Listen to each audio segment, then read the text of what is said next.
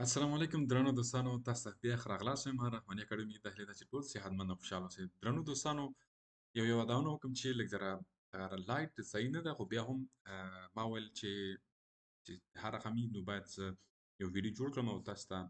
د فارکس په هکله او یا هم نوې موضوع په هکله زه وغږېږم. بیا هم تاسې بښنه کوئ نو ځکه چې دغه لایټ صحیح نه ده. خو مشکل نشته، موږ او تاسې هغه خپل مشکل او یا هم هغه کوم موضوع چې ده په هغه باندې موږ کولی شو چې بحث وکړو، کمیونیکیشن وکړو او پرې وغږېږو. نو درنو دوستانو او ملګرو، او بیا هم تاسو نه یو نړۍ مننه کوم چې تر څو چې تاسې موږ سره یو ځای شوي او یا هم البته په دغه مورد باندې چې تاسې علاقمندي ښودلی او ویډیو ګورئ، او بیا هم ډېره مننه کوم. نو وخت ډېر نه ضایع کوم، راځئ په موضوع باندې غږېږو. ګورئ، نن زه غواړم چې په فارکس باندې خبرې وکړم. البته زه تاسو ته یو یادونه وکړم چې ما په فارکس باندې او یا هم په دې باندې ما ډېر زیات کوششونه کړي دي او یا هم زه لګیا یم او په دې موضوع باندې زه خپله کار کوم. په فارکس کې زه خپله دغه شروع کړی مې دی او درسونه مې ویلي دي او تقریبا یو کال یو نیم کال شاوخوا کېږي. نو په دې موضوع کې زه لګیا یم او غوښتل مې چې دا څه موضوع چې زه څه چې زه یې ترسره کوم او یا هم زه پخپله زده کوم، نو ښه به دا وي چې نورو ته یې ورسوم. البته په پښتو کې او یا په فارسي یا په دري ژبه کې نورو دوستانو ته یې ورسوم چې هغه څه چې زه په خپل ذهن کې لرم او یا یې زه پخپله ترسره کوم په عملي شکل سره نورو ملګرو دوستانو سره هم شیر کړم. البته له بګنر نه شروع او تر هغه مواردو باندې چې زما سره خلاصېږي او یا هم زه پرې تجربه لرم او زه پوهېږم په هغه موضوع زه تاسو سره ټول شریک کړم. نو همدې لپاره د همدې د موخې لپاره ما غوښتل چې په فارکس په هکله باندې ویډیو جوړ کړم او تاسو سره شریک کړم او تاسې هم د دې فرصت نه ګټه واخلئ. نو درنو دوستانو، او ویډیو تر پایه وګورئ. که مو خوښه شو لایک او سبسکرایب کړئ چینل، او نور ویډیو لپاره ښایسته او یا نور معلوماتي ویډیو لپاره موږ سره پاتې شئ او د دغه ویډیو نه تاسې ترې استفاده وکړئ. او بل یادونه دا وکړم چې تاسې دوستانو چې زه کوم ویډیوز دلته اچوم دا د ایجوکیشنل پرپس لپاره دی، دا د یو معلوماتي ویډیوګانې دي زه تاسو سره شیر کوم. زه فاینانشل اډوایزر نه یم او یا هم زه دا نه ریکمنډ کوم چې تاسې لاړ شئ چېرې انویسټمنټ وکړئ، تاسې بزنس شروع کړئ. خو نه، زه یوازې هغه معلومات په دې ویډیو کې زه شیر کوم تر څو تاسې وکولی شئ د دغې معلوماتو نه ګټه واخلئ او هر هغه پرېکړه چې تاسې نیسئ د هغه ستاسې خپل شخصي مسؤلیت دی او تاسې کولی شئ چې مثال په فارکس کې تاسې دغه بزنس شروع کړئ او که یې ونه کړئ، هر هغه ضرر، هر هغه مفاد چې تاسې کوئ هغه ستاسې شخصي پرېکړه ده او ستاسې شخصي فکر دی او تاسې شخصي تصمیم ده. نو راځئ په موضوع باندې شروع کوو، نور وخت نه ضایع کوو. ګورئ درنو دوستانو، په فارکس باندې کله چې موږ غږېږو زه غواړم چې د لومړی نه زه تاسو ته شروع کړم چې فارکس څه شی دی، ولې فارکس کارول کېږي، ولې مهم دی، څنګه موږ ریسک منیجمنټ وکړو، د دې په خوا کې فارکس کې کوم کوم سټیک هولډران دي په دې کې مثلا شامل دي او په دې کې هغه مهم او اړین اصطلاحات پکې څه شي دي، ولې دا ډېر یو هغه بزنس مارکیټ دی چې په دې کې $1 تریلیون په دې کې په ډیلي په اساس ولیوم دی چې خلک او یا هم ډېر غټ کمپنیان یا شرکتونه او نور ریټیل ټریډران په دې کې مثال بزنس کوي او دنه هغه فلکچویشن چې په پیسو کې مثلا کموالی زیاتوالی راځي، پیسې کمزورې کېږي، پیسې قوي کېږي، د دغې فلکچویشن د دغه تغییراتو د چینجز په اساس باندې هغه څه چې ګیپ دلته ویلیو ګیپ راځي دوی څه کوي دلته دې نه ګټه اخلي او ګټه ترلاسه کوي. نو دغه لاره یې دا ده چې دوی څه کوي که چېرته هغه پروډکشن ښه وي او یا هم په صحیح شکل سره دوی اټکل وکړي چې بالکل دغه مثلا په دغه پیسې یا مثلا دغه کرنسي د قیمت څه کېږي لوړېږي، چې په لوړېدو سره دوی کولی شي چې په دې نه دوی څه کوي څه وکړي هغه ګټه ترلاسه کړي. او یا هم که چېرته دا نه ده چې یوازې په لوړېدو کې مثال که چېرته هغه کرنسي لوړه شي قیمت یې په هغې حساب باندې دوی لکه هغه ګټه دوی ترلاسه کوي. نه، یوازې دا نه ده، که چېرته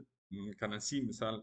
ډاون ټرینډ باندې لاړ شي یا مثلا ښکته لاړ شي، صحیح ده، قیمتونه ښکته راشي، مثلا دلته وګوره دا په ډاون ټرینډ باندې دی، نو په دغه حساب باندې که چېرته موږ دلته که چېرته په انټري باندې مثلا دغه وکړو، انټري ووهو او په مقابل کې سټاپ لاس هم درته ورکړو یا مثال هغه پروفیټ ټیک پروفیټ مثال چې په کوم برخه کې مثال هغه تحلیل سره بیا تاسې مثال پوهېږئ چې په کوم ځای کې مثلا تاسو سټاپ لاس ووهئ او چېرته مثلا تاسې هغه ټیک پروفیټ تاسې باندې هغه هلته مثال ولګوئ او چېرته مثال څومره اندازه باندې څومره ریسک او ریوارډ او ریشیو په حساب باندې تاسو کولای شئ چې په دغه موضوع باندې چې وکړي تاسو درست شکل سره اټکل وکړي هماغسې سټاپ لاس او هماغسې ټیک پروفیټ او انټري او اگزیټ وکړي. نو دا هغه موارد دي چې دوستانو په یو ورځ په یو ویډیو باندې دا نه کیږي چې مثال تاسو په دې باندې ځان پوهیږئ، خو دا ډېر وخت غواړي چې مثال تاسو زده کړه وکړئ او په دې باندې ځان پوهیږئ. نو دوستانو ویډیو ډېر اوږده کیږي، نو نه غواړم چې مثال په ډېرو په ویډیو باندې اوږده شي او په دې باندې موږ ډېر وخت ضایع کړو. نو دا یوازې یو انټروډکټري یا هم معرفي کول او یا هم د موضوع په حساب باندې ما ویل چې یو کلیفیکیشن او یو موضوع چې زه اوس وایم او پرې اړه غږیږم باید یو وضاحت تاسو ته ورکړم چې تر څو تاسو ځان پوه کړئ. نو اصلي موضوع باندې موږ ځو، سلاید ته ځو او یا هم بیا موږ په دې باندې بیا راځو نو یو اگزامپل او مثال په تور باندې بیا د دغه کارنکټریسټکس نه او یا هم د چارت نه موږ بیا استفاده کوو. صحیح دی. نو دوستانو موږ په دغلته راځو چې دوستانو راځو موږ په فارکس ټریډینګ فار بګنرز په دې باندې موږ خبرې کوو چې دا څه شی دی او څه نه دی څه نه دی. البته له بنیاد نه موږ غږیږو او تر اخره پورې موږ څه کوو ځان رسوو. راځئ مخته ځو. ښه له بګنر دا د هغه کسانو لپاره چې هغوی بیخي بالکل معلومات ونه لري. صحیح ده. په فارکس کې دا ویډیو د هغوی لپاره ده چې مثال هیڅ که تر اوسه پورې معلومات نه اخیستي او نه کوم چېرې مثلا سرچ کړی وي او نه هم په ذهن یې خلاص شي. نو زه غواړم چې لومړی هغه بیسیک هغه باندې فاونډیشن باندې موږ هغه فاونډیشن باندې کار وکړو، په هغه باندې وغږیږو، بیسیک باندې وغږیږو، بیا نور آهسته آهسته بیا نور مخکې ځو. راځئ مخته ځو دوستانو. ها واټ از فارکس؟ فارکس څه شی دی دوستانو؟ دلته لومړی هغه انګلیسي دغه هغه زه وایم او هغې نه بعد بیا زه په پښتو کې تاسو سره دا موضوع زه شیر کوم تشریح کوم. صحیح دی. ګورئ دلته لیکلي چې فارکس is a global currency exchange market. صحیح دی. او دویم buy and sell currencies to profit from price exchanges. او بل largest market in the world open 24 hour 5 days. مطلب دا دی $7 trillion daily value او banks, governments, institutions, traders. او بل دی profit from currency fluctuations. ګوره څه معنا او څه هدف دی. زه فارکس باندې ښه صحیح تاسو پوهیږم. صحیح دی. ګوره فارکس چې دی د نړۍ د ټولو هېوادونو یو غټ مارکیټ دی په ټولو هېوادونو کې او د پیسو د تبادلې او د نړیوالو بازار یو د پیسو د تبادلې یو مرکز ګڼل کېږي. صحیح ده. او په بازار کې د دغه پیسو د فارکس په مارکیټ کې د کرنسي په د لارې د خلکو هغه او یا هم په بېلابېلو هېوادونو کې او یا په خلکو ترمنځ کې د دغې پیسو ایکسچینج چې کېږي د کرنسي او د پیسو د تبادلات صورت نیسي. نو په دې حساب باندې موږ یو په فارکس ته موږ فارین ایکسچینج هم ورته وایو. نو دا یې فارکس چې دی یو لنډیز یعنی مخفف دی، خو فول فارم یې دا دی چې فارین ایکسچینج دی. نو د بازار کې د نړۍ تر ټولو مالي بازار بلل کېږي او یا هم د ورځې لکه موږ هلته لیکلي چې مثال چې $7 trillion چې کېږي دا ویلیو مې دی اندازه دی چې په ورځ کې دومره پیسې چې کېږي دا تبادله کېږي او دا چې کېږي په دې باندې لکه بزنس کې د ورځې. نو ځانګړتیا یې بل دا ده چې دا په 15 ورځو کې مثال په 40 ساعته کې مثلا د شنبې نه نیولې تر البته شنبې نه دوشنبې نه نیولې تر جمعې ورځو پورې نو دا 12 بجو پورې دا چې دی فعالي.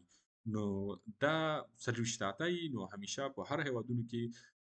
د هغه وخت او زمان سره سکی فرق لري. ځینې دي چې مثال په نیویارک سیشن باندې مثلا بزنس کوي او ځینې دي مثلا لندن سیشن باندې مثلا په ټایم باندې مثال شروع کوي چې او د دې په خوا کې ایشین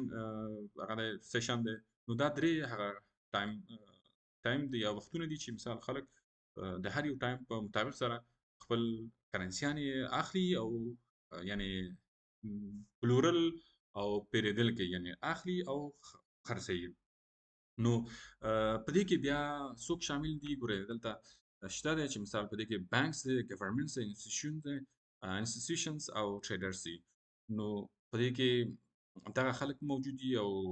د پیسو هغه په پیسو کې مثلا کم چینجز یا هم کم فلکچویشن ښکته او پورته والی راځي چې ته کوم پیسې نو درنو دوستانو هغه پیسو فلکچویشن چې کیږي په هغه حساب باندې ریټیل ټریډرز او یا هم انسټیټیوشنز ګورنمنټس بانکس چې څوک هغه په دې کې سټیک هولډرز یا وایي چې کی دغه پیسو فلکچویشن پیسې باندې دوی چې کی هغه پیسې او یا هم د کرنسۍ نه څخه ګټه ترلاسه کوي.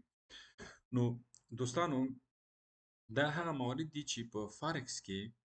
او ډیر زیات مهم رول لري او دا د فارکس هغه مین پلیران چې ریټیل شو انسټیټیوشنز او ګورنمنت او بانک شو صحیح ده. نو راځو نو مخکې ځو د وای هاو فارکس ورکس او بل بیا وای فارکس میټرز په دې باندې هم غږیږو. نو څنګه فارکس څنګه کار کوي؟ ګوره فارکس چې ده په هغه صورت کې چې کله ته پیسې کومه پیسو باندې ته غواړې چې مثلا ته بزنس شروع کړې نو په هغه پیسې یا هغه کرنسي چې تا صحیح پروډکټ او یا هم صحیح وړاندوینه وکړه اټکل وکړه چې هو دغه پیسې یا دغه کرنسي چې کېږي دا قوي کېږي سټرنګ ته زیاتېږي نو په دغه صورت کې ته څه کې ته بای کوې. نو که چېرته ستا وړاندوینه په دغه صورت کې صحیح وو نو دلته څه کوې ته ګټه ترلاسه کوې او که چېرته ستا وړاندوینه او یا هم اټکل درست نه و صحیح نه و نو په مقابل کې ته څه کوې ضرر وینې صحیح ده.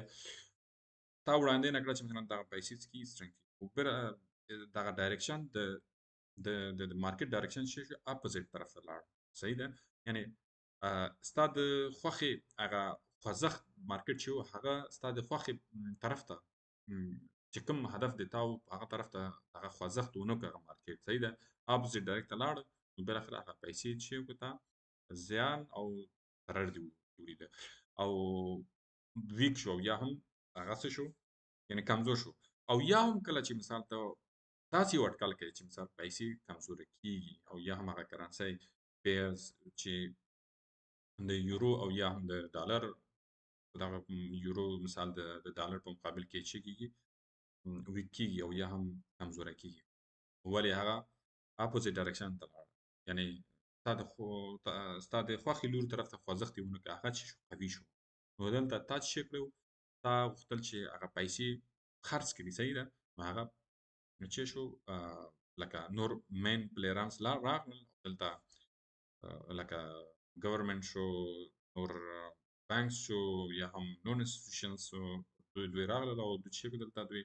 ډایرکشن یې چې تغییر ورکړ ډایرکشن ته هغه باید طرف ته لاړ یعنی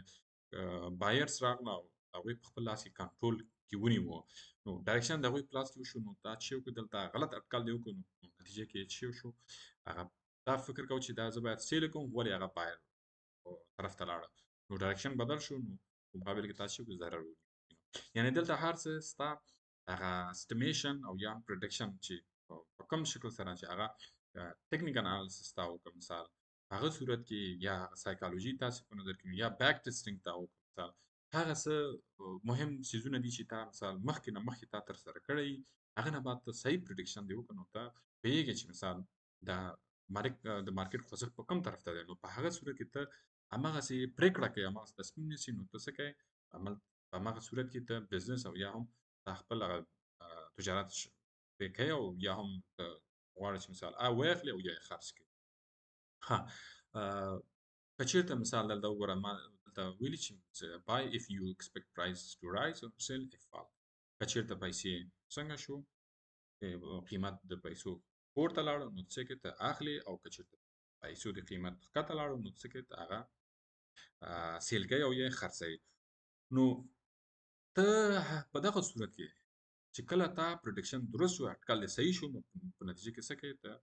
پروفیټ یا هماغه چینجز په نتیجه کې ته څه کوې ته ګټه ترلاسه کوې پروفیټ ان پروډکشن از کریکټ صحیح ده. یعنی د فارکس ورک یا د فارکس کار یا څنګه کار کوي او څنګه مخته ځي دا په دغه سیستم باندې مخته ځي نو په دغه صورت کې ته کولی شې چې ته یا ګټه ووینې او یا هم ضرر ووینې صحیح ده. نو راځو مخکې ځو بل د وای فارکس ماترز ولې فارکس مهم دی ګوره فارکس چې دی د ګلوبل ټریډ ډېر متاثر کوي او تاثیر لاندې او یا هم ټراول او بزنس خلک مثلا ټورست یو هیواد نه بل هیواد ته ځي او یا هم بزنسونه کوي یو هیواد بل هیواد سره بزنس کوي دغه د پیسو د کرنسۍ د تبادلې د اسعارو په وسیله باندې څه کېږي دا ترسره کېږي. نو په نتیجه کې چې ګلوبل ټریډ چې تر افیکټ او یا هم تر تاثیر لاندې راولي که چېرته نو دلته فارکس قوي شي او یا هم د پیسو د هر هیواد قوي اوسي، نو دا په دې معنی چې د اقتصاد ښه دی او په اقتصاد ښه بزنس پکې روان دی او په دغه صورت کې د دوی پیسې قوي دي، نو په ټوله کې د دې هیواد اقتصاد باندې مثبت تاثیر لري او د دې په خوا کې ګلوبل ټریډ کې هم مثبت رغنده رول لوبولی شي. او سنټرل بانکس او نور کمرشل بانکس کمپنیز آل they are چې دوی هغه شرکت لري په دې کې، یعنی په دوی کې دوی کار کوي او دوی ګډونوال دي. نو په چی شي کې په فارکس کې البته کرنسي سترنګث انفلوئنس اکانومي هو مخکې ما وویل چې د کرنسي په ښه او منظم شکل سره شی وشي هغه قوت پیدا کړي او قوي شي، نو دلته شي اقتصاد په خپل پازیټیو او مثبت تر اثر لاندې او یا هم تر مثبت تغییرات په دې کې راولي او یا هم هغه د اقتصاد هغه ټول کې په زیاتوالی او یا هم په قوي کېدو لور ته بیایي. دا په دې معنی چې کرنسي قوي وي نو اقتصاد دې ښه دی، نو چې اقتصاد دې ښه وي نو ته کولی شې چې ښه اکسپورټ وکړې، صحیح ده. خدای دې چې امپورټ ځي که چېرته تا اکسپورټ سرپلس شو نو دلته په مقابل کې ستا کرنسي څه کېږي قوي کېږي، نو چې کرنسي دې قوي شو نو په مقابل کې ته اقتصاد قوي کېږي، اقتصاد د خلکو روزګار ښه کېږي او په نتیجه کې ژوند کې په هر هغه حالت کې خپل یعنی هغه اقتصادي مشکلات په ټوله کې د خپل د هیواد او د خلکو مشکلات رفع کېږي. خو دا د اقتصاد د په اقتصادي مسایلو کې ډېر زیات شي نور مسایل هم پکې راځي، دا یوازې یو برخه و ما درته وویلې که نه، دلته نور فکټورونه هم په دې کې موجود دي. دا یوازې دا نه چې مثلا په یوازې په فارکس باندې موږ فکر وکړو چې والا دا یوازې دا فارکس دی چې په دې کې ډېر زیات نه، نور فکټورونه هم دي، دا باید تاسو ذهن کې وساتئ. او بیسیک ټرمز په فارکس کې څه شي دي؟ په بیسیک ټرمز کې فارکس کې پیپس دي، لارټس او سپریډ. پیپس smallest price movement یعنی په پیسو کې چې کله چې په قیمت کې هغه ډېر تر ټولو کم اندازه هغه حرکات او یا هم تغیرات راځي هغه ته موږ څه وایو؟ موږ وایو د هغه پرایس موومنټ په هغه کې منځته راځي. نو هغه مثال په ډول زه تاسو ته دلته وایم چې په کوم شکل سره هغه په دې شکل چې زه نظام دا اوس زه تاسو سره دلته ښیم، صحیح ده. ګورئ ښه ګوره دغلته اوس موومنټ په دغه ځای کې چې کله موومنټ راغی مثلا که چېرته زیاتوالی راغلی کموالی راغلی دغه پیپس دی مثلا یو پنځه دغه نه وروسته د اعشاریې نه وروسته یو پنځه دوه څلور نهه دا د هر یو پیپس دی. نو که چېرته موږ په پیپس باندې بیا وغږېږو نور په جزئیات سره ویډیو ډېر اوږده کېږي، نو دلته نور مسایل هم دي په دې کې. مثال موږ څنګه وکولی شو چې مثلا آیډنټیفای کړو یا هم معلوم کړو چې پیپس څنګه مثلا معلومیږي او څنګه مثلا مشخص کړو چې مثال څومره پیپس زیاتوالی راغی، څومره پیپس ښکته شو، څومره زیات شو. نو په دې صورت کې بیا ډېر نور موارد هم پکې دي، هغه باندې بیا موږ غږېږو په نورو ویډیوګانو کې. البته اوس همدومره زه وایم چې تاسو ته یوازې ښیم چې پیپس کوم ځای کېږي او څه شی دي او څه شی نه دي. دغه پیپس دي دغه په دې کې بیا مثال چې وغواړو چې مثال دا معلومه کړي چې څنګه پیپس مثلا زیاتېږي او څنګه کمیږي، څومره زیات شي څومره کمیږي، نو دا بیا نور وخت ډېر نیسي او ویډیو بیا زیاتېږي، نو په هغه باندې بیا موږ غږېږو. او دلته مثلا یونټ راځي مثال او ډېر نور موارد دي چې په هغه باندې بیا موږ بحث کوو. اوس راځو یوازې په دې باندې چې دلته اوس غږېږو چې یوازې پیپس ما درته وښودل چې هغه یوازې هغه سمالست موومنټ په هغه نمبر کې هغه ډیسیمل نه بعد چې اشاریه نه بعد چې کوم دلته تغییرات راځي یا موومنټ راځي ښکته او پورته راځي هغه چې دی د هغه ته موږ پیپس وایو، صحیح ده. لارټس کې بیا دلته چې د مایکرو راځي، میني دي، سټنډرډ دي. په دې باندې بیا موږ غږېږو چې مایکرو چې دی، میني چې دی، سټنډرډ چې دی. څومره یونټ باید مایکرو کېږي او څومره یې میني کېږي، څومره یونټس بیا هغه مایکرو کېږي او میني کېږي، صحیح ده. نو دا د ټریډ سایز دی چې کله موږ ترسره کوو. سپریډ د کاست ډفرنس بټوین د بای اینډ سیل، کله چې ته د کاست ورکوې د بای اینډ سیل ترمنځ هغه یو قیمت دی او اندازه چې هغه ته څه کوي په ټوکر ته البته ته ورکوې. نو هغه د دې ترمنځ فرق دی چې بای او سیل ترمنځ هغه ته موږ نو څنګه موږ شروع کړو یعنی څنګه موږ کولی شو چې ټریډینګ موږ سٹارټ کړو صحیح ده په کوم حساب باندې ګوره کوم قدمونه باید واخلو کوم کارونه باید موږ صحیح ده لومړی خو دا ده چې بیسیک لرنز ان مارکیټ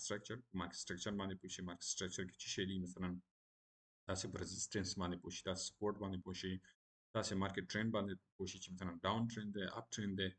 او مارکیټ په کوم حالت کې دی مثال آیا مارکیټ په کنسلټیشن په حالت کې دی نو مارکیټ کې مثال ویلیو ګیپ څنګه ده او نور ټول شیان دي مثال په هغه په نظر کې نیسي مثلا انټري باندې ځان پوهې ایگزیټ باندې ځان پوهې او سټاپ لاس باندې مثلا ریسک باندې تاسې ځان پوهوي صحیح ده دا هغه چې د مارکیټ په سټرکچر کې مثال راځي په هغه باندې ځان پوهوي او هغه نه بعد څه کې په دغه شیانو باندې اول ځان پوهې کا بیسیک باندې ځان پوهې کا مارکیټ په سټرکچر باندې ځان پوهې کا او بل بیا چې کې ته باید چوز ا ریګولر بروکر یو ریګولر چې مثلا هغه رسمي وي رجستر وي او ارزانه مثلا کمیشن ورکړي فیس یې مثلا کمی په هغه باندې چې کې ته انتخاب کا او هغه نه بعد بیا پریکټیس ان ډیمو اکاونټ په ډیمو اکاونټ کې چې هغه فیک منی تاسو درکې مثال پیپر ټریډینګ یا هغه باندې تاسو چې پریکټیس وکړه هغه ستراتیژي چې مثال یا هغه انالیسس چې ته غواړې چې مثال تاسو زده کړی دی په هغه کې پریکټیکلی ته چې په عملی ډول په هغه کې ته کولای شې چې مخ ته راشې البته پیسې ریل نه دي په هغه کې یوازې ته ځان پوهیږې تاسې یعنې صحیح په شکل سره هغه ټریټ کا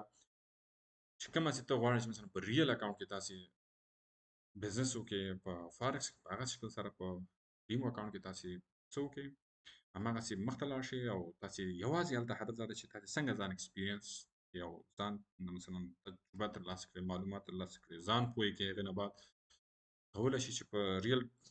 اکاونټ کې تاسې هغه څه ستراتیژي څه معلومات څه زده کړه چې تاسې هغې کې کړی هلته تاسې ریل اکاونټ تاسې اپلای کړئ په هغه حساب باندې تاسې کولی شئ چې یعنې په هغې باندې پروفیټ ترلاسه کړئ او یا هم هغه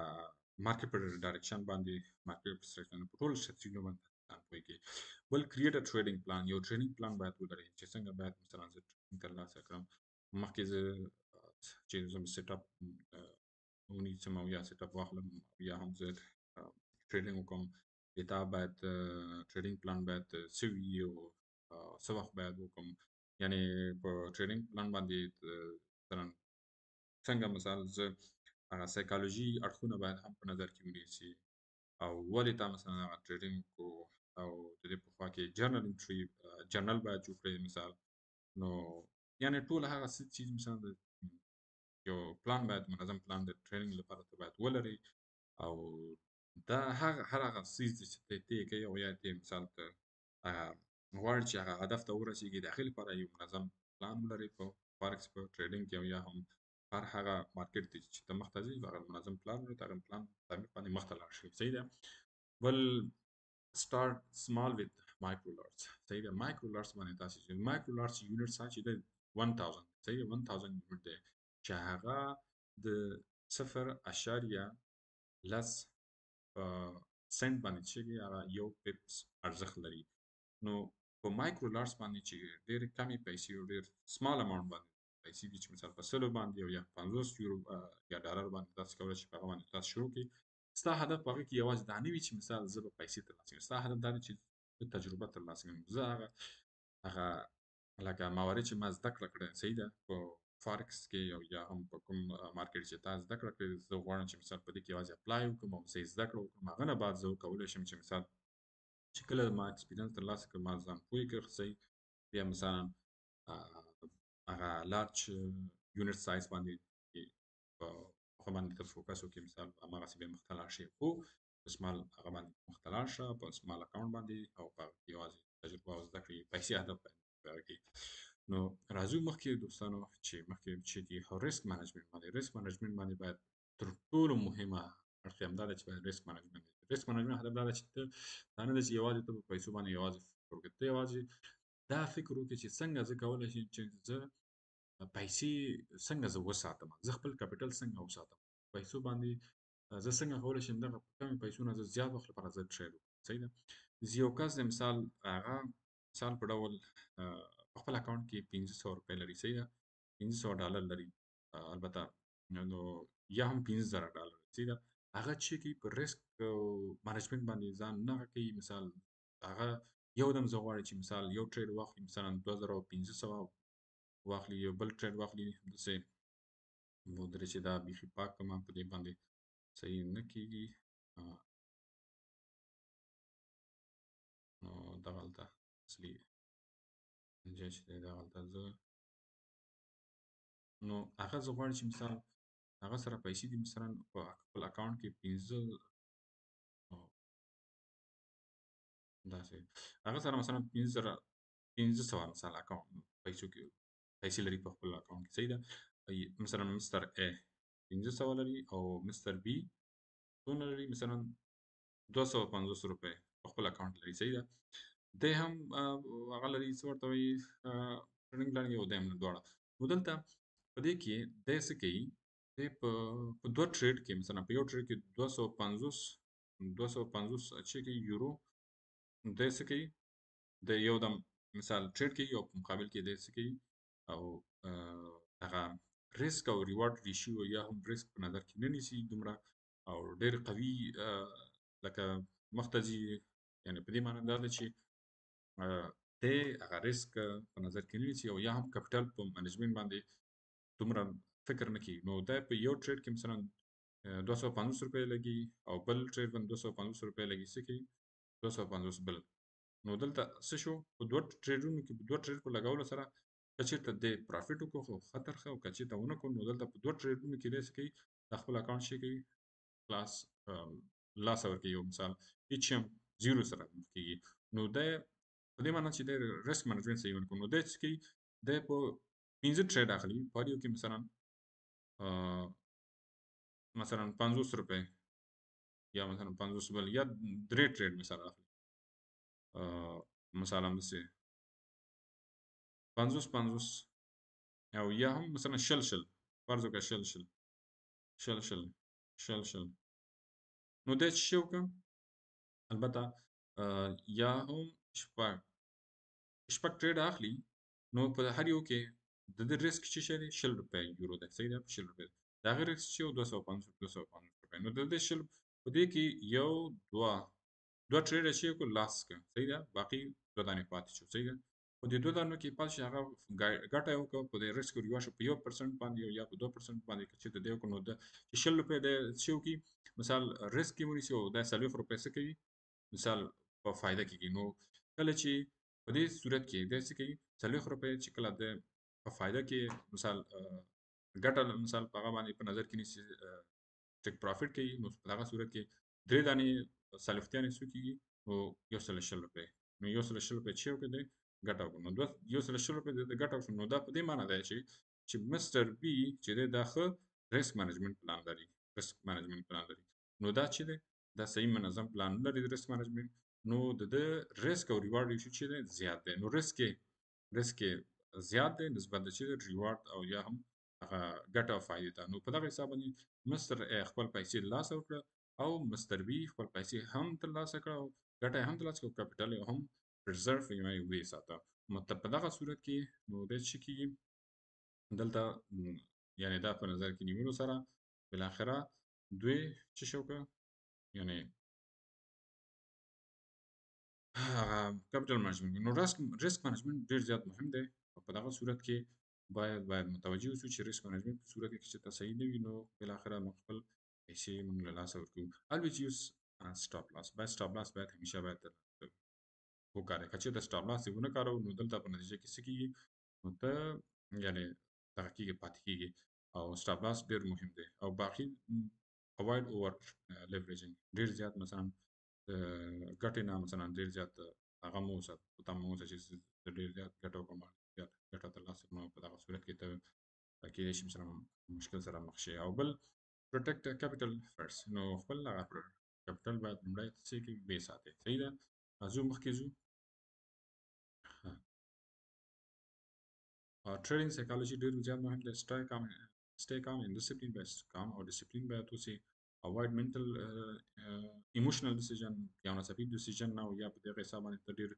زیات لکه هغه ونه کړي پرېکړه ونه کړي او don't chase losses او مثلا تا پیسو یا تاوان وکړو ضرر سیمه ده او نو په ضرر پسې مه ځه که چېرته ضرر دې وکړو خو خیر هغه باید ریونج وانخلې صحیح ده باید مارکیټ خوځښت ته وګورې او مارکیټ باید انالیسس وکړي په هغې حساب باندې ته باید ټریډ وکړي فالو یور پلان خپل پلان باید مخته باندې راشي له خپل ځانه هر څه مثلا مه کوه په هغې حساب باندې بیا ته ضرر وینې او راځو مخکې کامن مسټیک چې ډېر زیات خلک مثلا په ټریډرز کې ترسره کېږي یا رامنځته کېږي هغه چې دی ټریډینګ ویتاوټ پلان پرته له پلانه چې کېږي د ټریډینګ ترسره کوي نو دا واقعا مشکل سره مخ کېږي چې پراپر پلان لري ریسک ټو مچ مثلا زیات ریسک ما مخکې شروع کړ چې زیات ریسک اخلي او په نتیجه کې کم پروفیټ دا چې اکاونټ لاس ورکوي ایموشنل ټریډینګ ایموشنل او یا هغه انالیټیکل بیس باندې ته څه کوي ته ټریډینګ نه کوي او ایموشنل او احساساتي تصمیمونه نیسي په هغه حساب باندې څه کېږي ټریډینګ کوي نو اګنور ریسک رول چې ما وایي چې مثلا سټاپ لاس ونیسي او ریسک ریوارډ ریشیو باندې باید کار وکړي په هغه حساب باندې دا رولونه دي باید په نظر کې ونیسي ځینې وختونه کې پرته له لکه دغه نه څه وایي ریسک د سټاپ لاس نه ته چې ټریډ کوي نو دا مشکل منځته راوړي په نتیجه کې ستا اکاونټ ته خپل اکاونټ لاس ورکړي خپل کپیټل لاس ورکړي صحیح ده او کنکلوژن چې د فارکس ریکوایرز ډیسپلین پیشن او دا ډیسپلین تر ټولو مهم دی دا ضروري دی او ډېر زیات او د حوصله پکار ده او فوکس ریسک مینجمنت باندې ریسک مینجمنت هدف دا چې ته خپل پیسې یا کپټل ته پرزرو کوي ساته او زر لاس ورنکړي خپل اکاونټ سي دا کنټینیو لرنینګ پریکټیس وکړه او کنټینیو زده وکړه نو په دغه صورت کې ته کولی شې چې ته چې زده کړه وکړې او په نتیجه کې ته پرې کې ماسټر ټریډینګ ته به وکولی شې صحیح منظم شکل سره ته په ټریډینګ کې ته بریالی او کامیاب ټریډر اوسې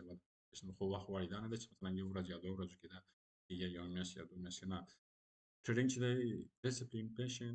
او د دې په خوا کنټینیو لرنینګ جرني دی کنټینیو لرنینګ جرني دا نه ده چې نن دې زده کړه وکړو بس ختم شو خلاص نه همیشه لپاره ورته باید زده کړه کې بوخت اوسې او چې ته به پوه شې چې ځان پوهېږي نو تر بیا ښې چارې دوستانو هیله ده چې ستاسې خوښې وګرځېدلې او یا هم څه مورد چې ما تاسو سره بحث وکړ او تاسې ذهن پرې خلاص شوی وي او که غواړئ چې نور ویډیوګانې جوړ کړم نو کمنټ کې راسره شیر کړئ او ما ته خپل نظر راسره شیر کړئ نو په نتیجه کې زه وکولی شم چې نور موارد باندې هم بحث کړم او یا هم زه پلان لرم چې مثلا ځینې وختونو کې ویډیو جوړ کړم او تاسو سره هم شیر کړم او یا هم موارد باندې یا څیزونو باندې زما سره خلاصېږي البته د ایجوکیشنل پرپس لپاره په ویډیو چینل لري او یا هم د ویډیو د لارې زه تاسو سره شیر کړم او تاسې هم ترې ګټه